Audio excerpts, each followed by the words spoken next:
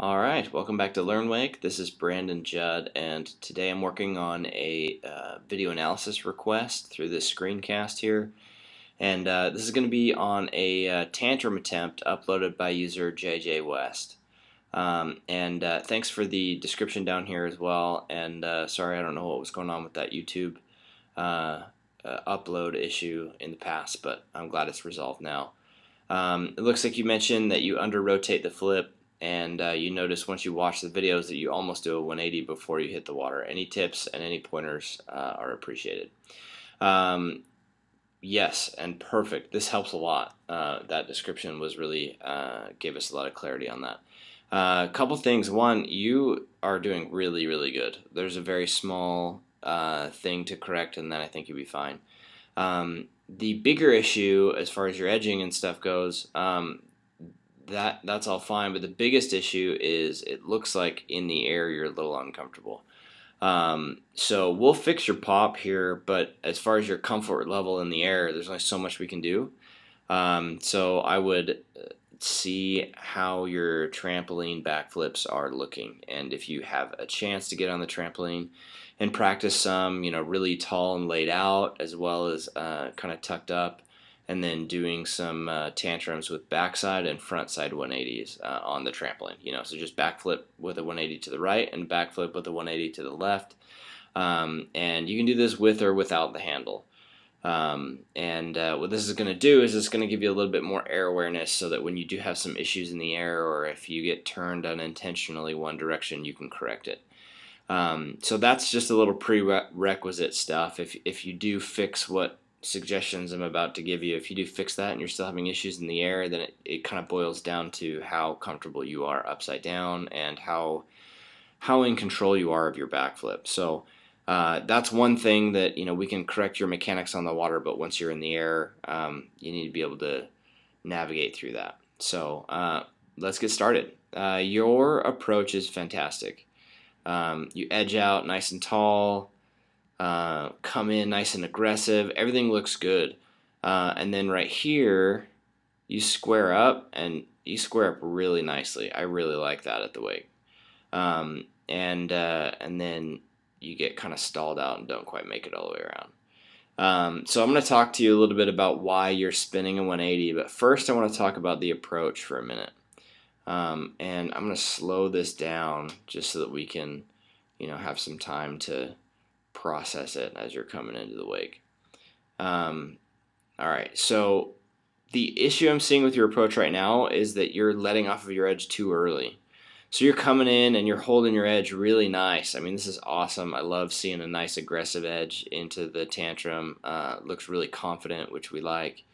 And then right here, before you even get to that whitewash line, that spray line in the wake, I can already see the top sheet of your board, which means you've already switched to your toes. So right here, you've already switched edges. This is kind of the opposite problem that a lot of other people have. Other people never really fully switch edges. So you're doing it correctly, you're just doing it too good and too early. So we just need you to save that. You should be in this position at the bottom of the wake instead of right there. And then from that point all the way until the wake, you're slowing down, like you're putting the brakes on at this point, and you're just slowing down and slowing down. Granted, this position, I love this position at the wake, so I want you to keep that tall popping position. You could even extend a little bit more of your back leg. You could push that all the way out. But that's awesome right here. The problem is you're slowing down so much when you switch edges. So if you think about it this way, if it takes, let's say a 6 in energy from a scale of 1 to 10, if it takes a 6 edge to get wake to wake on a normal wake jump, like if you did 7 or 8, you'd be in the flats, or if you did 4 or 5, you'd be casing the wake or landing in the middle. Let's say it takes you a 6 to get wake to wake. On your tantrum approach, you actually have to edge in with an 8 or a 9, and then you end up losing 2 or 3 when you switch edges, because when you switch edges, you're slowing down and not accelerating. So that's why you can get away with such a hard beginning of your approach here. And then when you switch edges, you'll slow down. And so, if you come in with a 9 and then you lose 3, then you still have your 6 to get across the wakes. So that -3 that's happening right here is because you're doing it for so long, it ends up being like a -4 or so. And so if you come in with an 8 or 9 and then subtract 4 from it, you're going to come up a little short. It'll make your flip feel like it's stalling out a little bit, and you're going to feel a little bit uncomfortable in the air because it's going to feel like you're coming up short and everything's just slowed down a lot.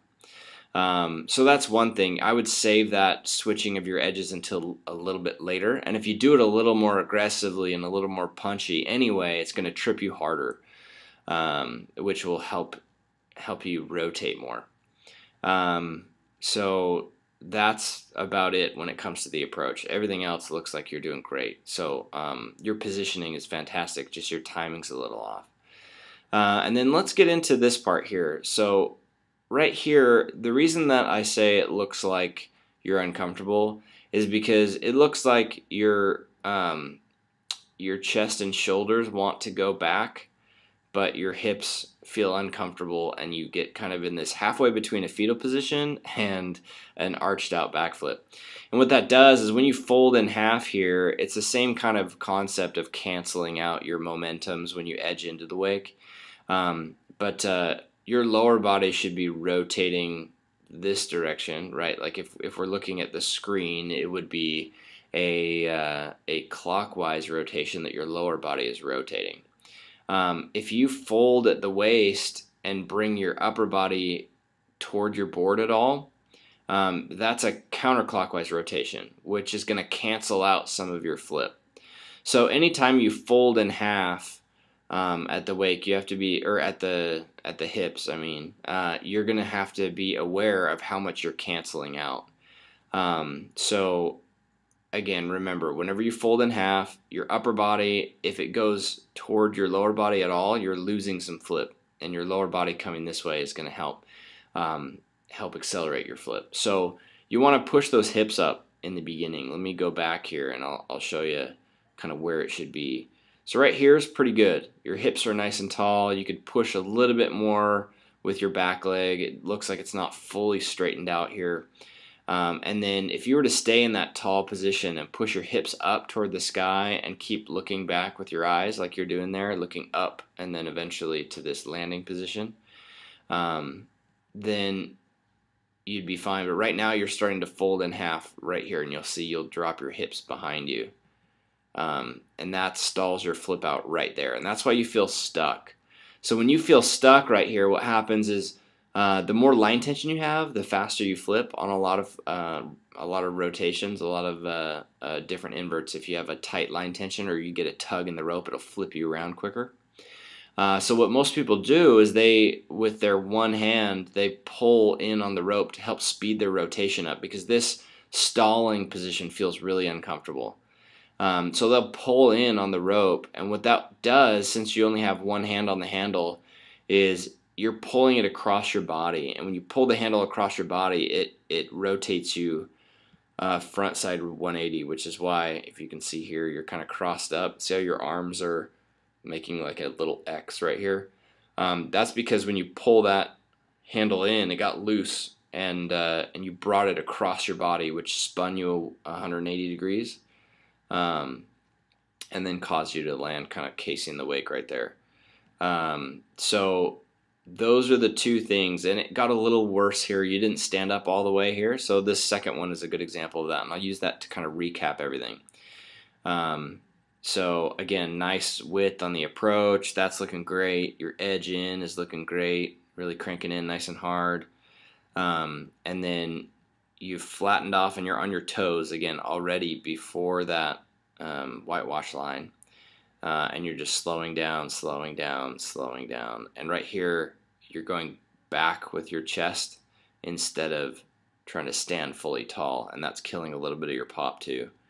And then right here, you feel a little bit of a stall point, and rather than accelerate the trick by swinging your knees into your chest and trying to flip faster, what happens is you bend at the waist, and that stalls you out. And then right here, you'll see some motion with the handle. Try and pull across your body right there, which turns the board front side 180 degrees, making you land in a switch stance position. So that's about it on the issues. So let's take a quick look at the correct version just so you can have it fresh in your mind. So this is a video of Kyle Schmidt's tantrum. So you'll see he comes in nice like you do, where he edges nice and aggressively on the way in. And then right here, notice this is kind of where that whitewash line was, where you were already on your toes. And I could see the top sheet of your board here already. But you'll notice I can still see Kyle's bottom graphic of his board. He's still edging pretty good.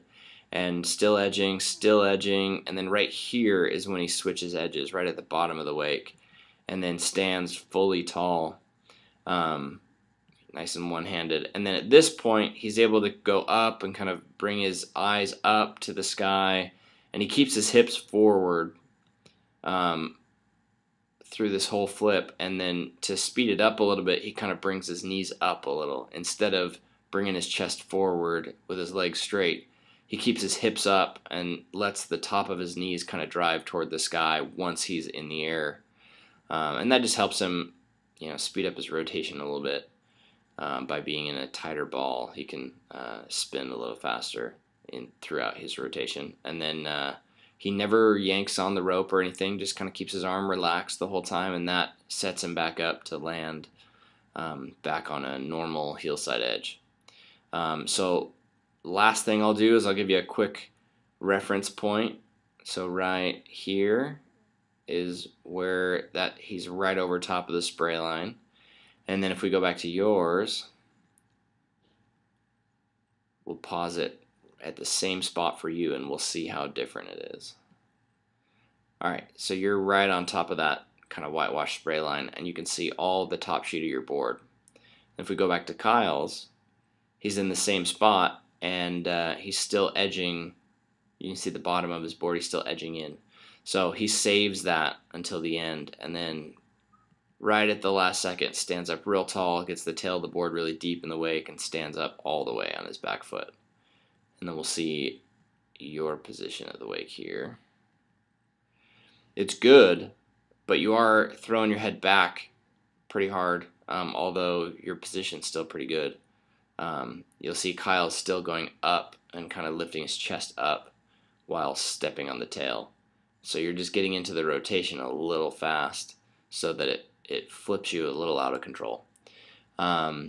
So that's about it. Again, I've kind of gone over everything enough. I feel like if you have any other questions, you can just hit us up down here in the comment section, or you can upload another video of you trying it. But I feel like this is enough direction, at least for now, on the water, and then combined with maybe some trampoline training, being able to do backflips with a 180 in both directions, with and without the rope, or even just without the rope would be fine. And that should train you up nicely, and you'll be landing these in nose time. Again, this is really good. I want to emphasize that. I really like this. A timing issue, and then a comfort level in the air, and you're good to go. And then we can progress from that point on. Thanks again.